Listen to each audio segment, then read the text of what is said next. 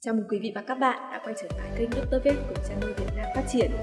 Khi bước vào thời tiết giao mùa như là từ mùa hè sang mùa đông thì dịch bệnh trên gia súc lại phát triển mạnh mẽ, đặc biệt là bệnh lở mồm long móng. Và có rất nhiều câu hỏi đã gửi đến chương trình như là tại sao bệnh lở mồm long móng hay gặp vào mùa đông? Thời gian tiêm vaccine được nhắc lại như thế nào? Và làm sao để cho lở mồm long móng không bị phát triển mạnh? Thì trong chuyên đề ngày hôm nay, Dr. Vet sẽ đưa ra những câu hỏi thường gặp trong bệnh lở mồm long móng. Bệnh lở mồm long móng nguy hiểm như thế nào? Bệnh lở mồm long móng là bệnh truyền nhiễm do arthrovirus gây ra. Do virus gây bệnh nên là sẽ không có thuốc điều trị đặc hiệu, mà khi điều trị thì đó là điều trị triệu chứng kế phát. Virus thì có khả năng lây lan theo gió một cách rất nhanh chóng trên toàn đàn nên tốc độ lây lan xảy ra tại các trại rất nhanh. Nếu mà không có kế hoạch phòng ngừa sẽ làm cho thiệt hại rất chi là lớn. Tiếp theo là sức đề kháng của virus với điều kiện ngoại cảnh rất cao nên là rất khó kiểm soát. Virus thì tồn tại trong nước bọt, phân, nước tiểu, tinh dịch, sữa, dịch trong các mụn mủ của thú bệnh hoặc là ở trong không khí. Bệnh thường lây theo qua đường tiêu hóa và hô hấp do thức ăn, nước uống có nhiễm mầm bệnh, do hít thở không khí có mầm bệnh rồi xâm nhập qua niêm mạc mũi, lây trực tiếp do nhốt chung ở giữa heo khỏe và heo bệnh, lây gián tiếp do người chăm sóc, xe chở súc vật bị bệnh hoặc là do bãi chăn thả, giết mổ, mua bán. Virus thì có tất cả là 7 chủng là O, A, C, ASEAN 1, SARS-1, SARS-2 và SARS-3. Dưới các tuyếp là những biến chủng virus gọi là phân tuyếp và hiện nay đã phát hiện hơn 70 phân tuyếp virus. Tại Việt Nam ở trên heo thì được ghi nhận chủ yếu là 3 tuyếp O, tuyếp A và ASEAN 1, trong đó thì tuyếp O gây bệnh nhiều nhất và phổ biến nhất. Các câu hỏi thường gặp của bệnh lở mồm long móng là có phải tiêm vaccine phòng lở mồm long móng là heo sẽ không bị mắc bệnh nữa không? Câu trả lời là không. Virus gây bệnh lở mồm long móng thì có nhiều tuyếp nhưng chủ yếu là không có miễn dịch chéo, tức là heo mắc bệnh do chủng A gây ra khi được tiêm phòng và kẹo miễn dịch với chủng A, nhưng sau đó virus chủng O xâm nhập thì vẫn có khả năng gây bệnh cho heo. Ngày 3 tháng 11 năm 2019 thì Cục Thú y có ban hành công văn về bệnh lở mồm long móng, đồng thời thì có công bố tuyếp dòng virus lây lở mồm long móng gây bệnh tại Việt Nam. Các dòng gây bệnh cho heo đó là Ocathei, O-ASEAN Miam 98, Omia Sat-A Pan ASEAN. Với việc công bố rộng rãi kết quả nghiên cứu này sẽ hỗ trợ rất lớn cho các bác sĩ thú y, kỹ sư chăn nuôi và chủ trang trại trong việc lựa chọn giải pháp kiểm soát bệnh lở mồm long móng. Chúng ta sẽ dễ dàng lựa chọn các sản phẩm vaccine phù hợp với tuyếp chủng đang lưu hành tại Việt Nam, tại địa phương mình. Lựa chọn thuốc sát trùng phù hợp và quy trình sát trùng phù hợp với đặc điểm dịch tễ của từng địa phương. Câu hỏi thứ hai là tại sao lở mồm long móng hay bùng phát vào mùa lạnh? Bệnh lở mồm long móng gây ra trên heo ở tất cả các độ tuổi và thường phát bệnh vào thời điểm đầu mùa lạnh. Nguyên nhân ở đây là do virus gây lở mồm long móng ở trên heo có sức đề kháng tốt hơn vào mùa đông. Nó có thể sống trong đất vào mùa đông lên tới 28 ngày, còn mùa hè thì chỉ tồn tại 3 ngày trong môi trường phân ướt, lên tới 6 tháng vào mùa đông thay vì phân khô vào mùa hè chỉ có 14 ngày. Tại các trang trại nhỏ hoặc là các hộ gia đình thì hay tiềm ẩn nguy cơ bùng phát dịch bệnh là nơi xuất hiện đầu dịch do vấn đề tiêm phòng, an toàn sinh học, vệ sinh, chăm sóc, sử dụng thức ăn chế biến từ lợn và không được kiểm soát chặt chẽ. Virus thì có khả năng lây lan theo gió nên là rất khó để kiểm soát từ các trang trại nông hộ nhỏ nên là rất nhanh chóng lây lan trong cộng đồng và từ đó dẫn đến bùng phát dịch. Câu hỏi thứ ba là khi heo đã mắc lở mồm long móng và khỏi thì có bị tái lại không?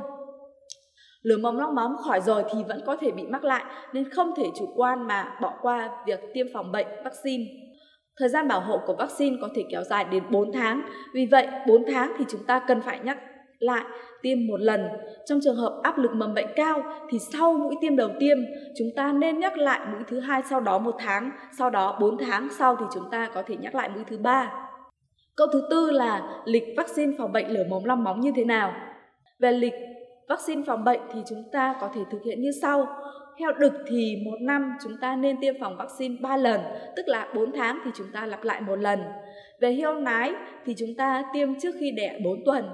Heo con thì chúng ta sẽ tiêm 1 lần lúc 14 ngày tuổi nếu heo mẹ không tiêm vaccine trước đó, hoặc là tiêm lúc 2,5 tháng tuổi nếu heo mẹ trước đó đã được tiêm vaccine, và lần 2 cách lần 1 khoảng 1 tháng sau đó. Về heo hậu bị, tiêm mũi 1 lúc 7 tuần tuổi, mũi 2 lúc 11 tuần tuổi và mũi 3 lúc 25 tuần tuổi. Câu 5. Làm sao để chẩn đoán heo bị lở mồm long móng? Có hai phương pháp, đó là chẩn đoán dựa theo triệu chứng lâm sàng và chẩn đoán theo phòng thí nghiệm. Đối với phương pháp chẩn đoán theo triệu chứng lâm sàng thì dựa vào các triệu chứng sau. Thời gian ủ bệnh thì có thể kéo dài từ 2 đến 10 ngày.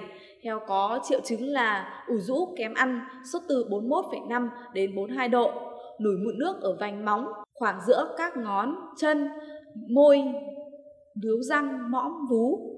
Con vật đi đứng khó khăn và có thể chạy nhiều nước dãi. Heo con mắc bệnh thường chết nhiều hơn so với heo lớn. Heo nái mang thai thì hay bị sảy thai. Đối với trường hợp thứ hai là chẩn đoán trong phòng thí nghiệm thì đối với các mẫu là dịch trong các bọng nước chưa vỡ hoặc là thành bọng nước, máu động vật bị bệnh. Và hiện nay có một số phương pháp thường dùng là chẩn đoán RT-PCR hoặc là ELISA và phân lập virus. Câu 6 là lở mồm long móng có điều trị được không? Như ở trước đã nói thì lở mồm long móng là do virus gây bệnh nên là không có thuốc điều trị đặc hiệu. Tuy nhiên thì chúng ta có thể điều trị các mụn mủ và các vết loét ở miệng, lưỡi, chân và núm vú để ngừa phụ nhiễm, giảm sút móng, giúp thú mau lành hơn và giảm mất sức. Việc điều trị phải thực hiện cùng lúc, điều trị tại chỗ và điều trị toàn thân. Đối với điều trị tại chỗ thì chúng ta cần phải rửa sạch các vết loét ở miệng, lưỡi, chân và móng, bầu vú bằng một số các dung dịch như là nước muối, axit citric 1% hoặc là thuốc tím 1%. Hoặc ngoài ra thì dân gian có thể sử dụng các loại như là phèn chua 2% hoặc dùng các loại trái cây chua như là khế hoặc là chanh để vắt lấy nước, nhúng vào vải gạc sạch rồi rửa nhẹ lên vết loét ở miệng, lưỡi 2 ngày một lần. Sau khi rửa xong thì chúng ta có thể để cho vết loét khô, sau đó xịt Limosin 25 spray của Interchemi Hà Lan. Tiếp theo chúng ta cùng với đó phải điều trị toàn thân, chúng ta cần phải sử dụng theo phác đồ sau. Về kháng sinh, điều trị kế phát, chúng ta có thể sử dụng Benchep 400 của Interchemi Hà Lan. Về kháng viêm, chúng ta có thể sử dụng Flucin 50 hoặc là Kebrofen của VB Pharma. Ngoài ra thì chúng ta cũng cần phải sử dụng các sản phẩm thuốc bổ để tăng cường đề kháng, giúp vật nuôi nhanh hồi sức hơn. Chúng ta có thể sử dụng Bustasan để tiêm, hoặc nếu mà con vật quá yếu thì chúng ta có thể sử dụng Energy 100 để truyền. Thường xuyên chúng ta phải phun sát trùng trong và ngoài khu vực có vật nuôi. Ngày chúng ta phải phun ít nhất khoảng 2 lần. Chúng ta có thể sử dụng các sản phẩm an toàn cho thú như là sản phẩm Deson Super của Interchemi Hà Lan để sử dụng. Và trong chuyên đề ngày hôm nay, Dr. Vet đã gửi đến quý bà con về những hiểu biết về bệnh lở mồm long móng.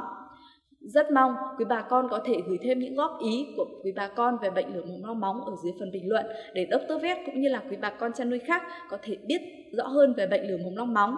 Rất cảm ơn quý bà con đã theo dõi, ủng hộ Dr. Vet trong suốt thời gian vừa qua. Cảm ơn quý bà con đã xem và ủng hộ.